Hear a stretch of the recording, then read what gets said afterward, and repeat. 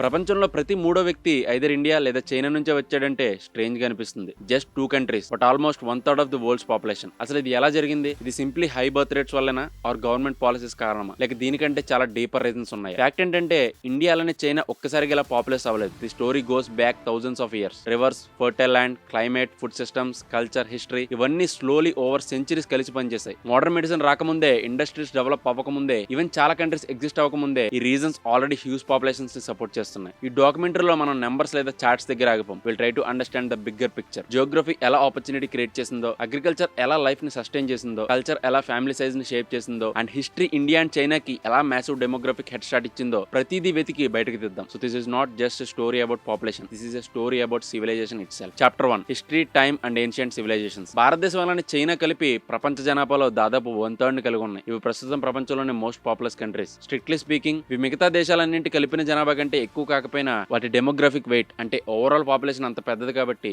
చాలా మందికి అలా అనిపిస్తుంది. ఈ స్థాయికి ఎలా చేరుకునే అర్థం చేసుకోవాలంటే మోడర్న్ పాలిటిక్స్ లేదా రీసెంట్ ఎకానమీ మాత్రమే సరిపోవు. We have to go deep into history. ఈ రెండు కంట్రీస్ ప్రపంచంలోనే ఓల్డెస్ట్ సివిలైజేషన్ ఉన్న కంట్రీస్ లో ప్రైమరీ కంట్రీస్. ఆర్కియలాజికల్ ఎవిడెన్స్ చూస్తే వేల సంవత్సరాల క్రితమే ఇక్కడ పర్మనెంట్ సెటిల్మెంట్స్ ఉన్నాయని తెలుస్తుంది. ప్రపంచంలోని చాలా ప్రాంతాల్లో సివిలైజేషన్స్ కొలాప్స్ అయ్యాయి లేదా వార్స్, డిసీజెస్, క్లైమేట్ చేంజెస్ వల్ల బ్రేక్ అయ్యాయి. కానీ ఇండియా అలానే చైనా మాత్రం లాంగ్ టర్మ్ కంటిన్యూటీని మెయింటైన్ చేయగలిగాయి. Population growth is cumulative. అంటే ఒకసారి పెద్ద పాపులేషన్ బేస్ ఏర్పడితే అది జనరేషన్స్ తరబడి క్యారీ ఫార్వర్డ్ అవుతుంది. యూరోప్, ఆఫ్రికా లేదా అమెరికాస్ అగ్రికల్చర్ డెవలప్ చేసుకునే టైంకే ఇండియా మరియు China already massive population foundation కలిగి ఉన్నాయి. Chapter 2, geography, climate and natural advantages. Population growth కి ఏదైనా కోర్ రీజన్ ఉంది అంటే అది జియోగ్రఫీ. ఇండియా మరియు చైనా రెండు ఎక్సెప్షనల్లీ ఫర్టైల్ రివర్ బేసిన్స్ ఉన్న రీజన్స్. ఇండియాలో ఇండస్, గంగా, బ్రహ్మపుత్ర రివర్ సిస్టమ్స్ చుట్టూ సివిలైజేషన్ గ్రో అయింది. చైనాలో yellow river, Yangtze basin areas population hubs అయ్యాయి. రివర్స్ అంటే fertile soil, reliable water supply, irrigation, transport ఇవన్నీ కూడా ఆ ల్యాండ్స్ దగ్గర కలిసి ఉంటాయి. ఇన్ఫాక్ట్ మనం లాస్ట్ వీడియోలో డిస్కస్ చేసుకున్న ఈజిప్ట్ కూడా అంత పెద్ద కన్స్ట్రక్షన్ కట్టడానికి, ఇన్ఫ్రాస్ట్రక్చర్ డెవలప్ అవ్వడానికి నైల్ రివర్ ఒక ప్రైమరీ రీజన్. క్లైమేట్ కూడా హ్యూజ్ రోల్ ప్లే చేసింది, ఎస్పెషల్లీ రైస్ కల్టివేషన్. మన ప్రపంచంలో మోస్ట్ క్యాలరీ ఎఫిషియెంట్ క్రాప్ ఏదైనా ఉంది అంటే అది వరి, రైస్. చిన్న ఏరియాలో పండించినా కూడా ఎక్కువ మందిని ఫీడ్ చేయగలదు. దట్స్ వై ఈస్ట్ చైనా మరియు నార్త్ ఈస్ట్ ఇండియాలో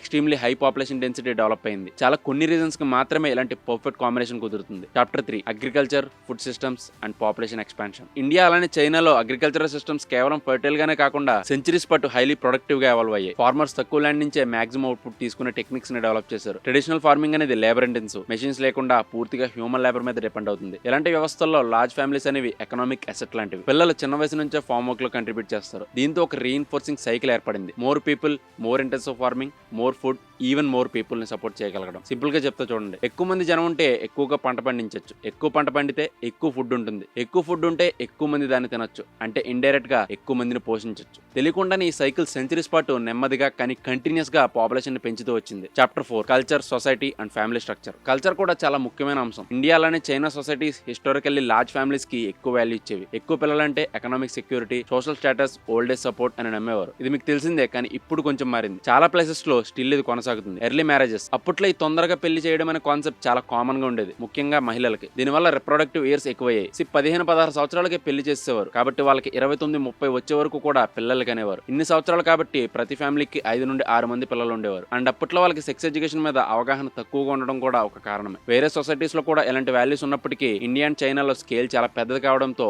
ఇంపాక్ట్ కూడా డిస్ప్రొపోర్షనల్ గా ఎక్కువగా కనిపించింది. Chapter 5, population momentum and government policies. Fertility rates తగ్గడం మొదలైన తర్వాత కూడా పాపులేషన్ పెరుగుతూనే ఉంది. దీన్ని పాపులేషన్ మొమెంటం అంటారు. పాత రోజుల్లో వాళ్ళ ఒక ఫ్యామిలీకి మినిమం 6 నుండి 7 మంది ఉండేవారు. అంటే అప్పట్లో వాళ్ళ ఫర్టిలిటీ రేట్ చాలా ఎక్కువ. వాళ్ళ నెక్స్ట్ జనరేషన్ అంటే ఆ 10 మంది పిల్లలు పెద్దవాళ్ళు అయ్యాక వాళ్ళ ఫర్టిలిటీ రేట్ తగ్గి ఒక్కొక్కరు ఇద్దరిని కన్నా కూడా 20 మంది పెరుగుతారు. ఆ 20 మంది ఇద్దరిద్దరంటే 40 మంది పెరుగుతారు. ఇదే ఇండియా అండ్ చైనాలో జరిగింది. ఒక దేశంలో huge young population reproductive age లోకి వచ్చినప్పుడు యావరేజ్ ఫ్యామిలీ సైజ్ తగ్గిన టోటల్ బర్త్స్ ఎక్కువగానే ఉంటాయి. గవర్నమెంట్ పాలసీస్ కూడా డిఫరెంట్ అవుట్కమ్స్ తీసుకొచ్చాయి. చైనాలో 1 చైల్డ్ పాలసీ బర్త్స్ ని షార్ప్ గా తగ్గించింది. ఇండియాలో comparatively software family planning policies ఉండడంతో స్ట్రాంగ్ రీజనల్ డిఫరెన్సెస్ తో పాపులేషన్ గ్రోత్ ఎక్కువ కాలం కొనసాగింది. ముఖ్యమైన పాయింట్ ఏంటంటే ఈ పాలసీస్ పాపులేషన్ క్రియేట్ చేయలేదు. ఇవి సెంచరీస్ నుంచి బిల్డ్ అయిన ప్రాసెస్ ని కేవలం మోడిఫై చేసాయి. Chapter 6, why no other countries reached this scale. ఇతర ఏ దేశానికి ఈ అన్ని ఫ్యాక్టర్స్ ఒకేసారి కలగలేదు. Ancient civilization, massive fertile land, rice based agriculture, demographic continuity మరియు లేట్ ఫర్టిలిటీ డిక్లైన్. యూరోప్ ఎర్లీగా ఇండస్ట్రియలైజ్ అయింది. ఫర్టిలిటీ కూడా ఎర్లీగా తగ్గిపోయింది. అమెరికాలో యూరోపియన్ కాంటాక్ట్ తర్వాత మ్యాసివ్ పాపులేషన్ కొలాప్స్ జరిగింది. ఆఫ్రికాలో పాపులేషన్ గ్రోత్ చాలా సంవత్సరాల తర్వాత యాక్సిలరేట్ అయింది. కారణం అక్కడ హిస్టారికల్ మరియు అగ్రికల్చరల్ కండిషన్స్ వేరుగా ఉండడం. అందుకే India and China population dominance అనేది యాక్సిడెంటల్ కాదు. ఇది Geography, history, culture, agriculture, timing ఇవన్నీ వేల సంవత్సరాల పాటు కలిసి పనిచేసిన ఫలితం. హ్యూమన్ హిస్టరీలో ఇంత స్కేల్ ని ఇంకే దేశం రీచ్ కాలేదు. Chapter 7 conclusion. భారతదేశం పాపులేషన్ ప్రస్తుతం 1.45 బిలియన్ 2024 ప్రకారం. 2050s నుండి 2060s మధ్యలో దాదాపుగా 1.7 బిలియన్ వరకు చేరుతుందని ఒక అంచనా. తర్వాత తగ్గడం మొదలవుతుంది అని యునైటెడ్ నేషన్స్ ప్రొజెక్షన్ ఉంది. అంటే ఎర్లీ 2060s తర్వాత